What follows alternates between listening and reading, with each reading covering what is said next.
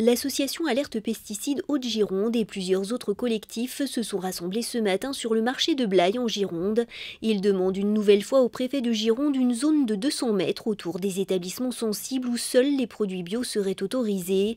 Ils dénoncent également le fait que certains vins présentés comme bio ne le sont pas vraiment.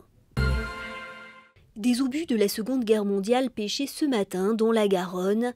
La drague du grand port maritime de Bordeaux a débarqué obus mais aussi grenades sous les yeux des badauds au ponton d'honneur. Ils ont été mis dans des caisses avant d'être évacués.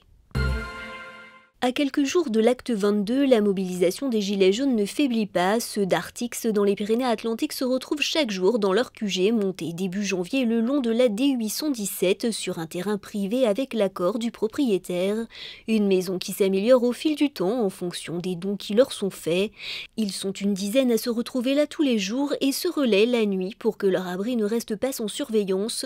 Pour eux, tout comme pour les Gilets jaunes de Billère, dont le campement est situé à proximité, pas question de baisser les bras, d'autant que depuis le début du mouvement, ils estiment ne pas avoir reçu de mesures suffisantes de la part du gouvernement.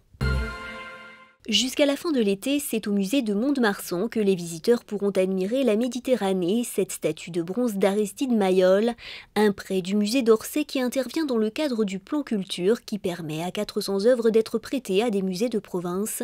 La sculpture de Maillol, qui date de 1902, n'a pas été choisie au hasard. Elle marque un tournant dans l'histoire de la sculpture, la faisant entrer dans la modernité. La nouvelle plateforme logistique régionale de Lidl a été inaugurée hier à Cestas. Elle remplace celle de Cadojac et approvisionne 72 supermarchés de la région. 1900 personnes travaillent sur cette plateforme de 52 000 m². Il n'y aura ni train ni avion à Biarritz durant le week-end du G7 fin août.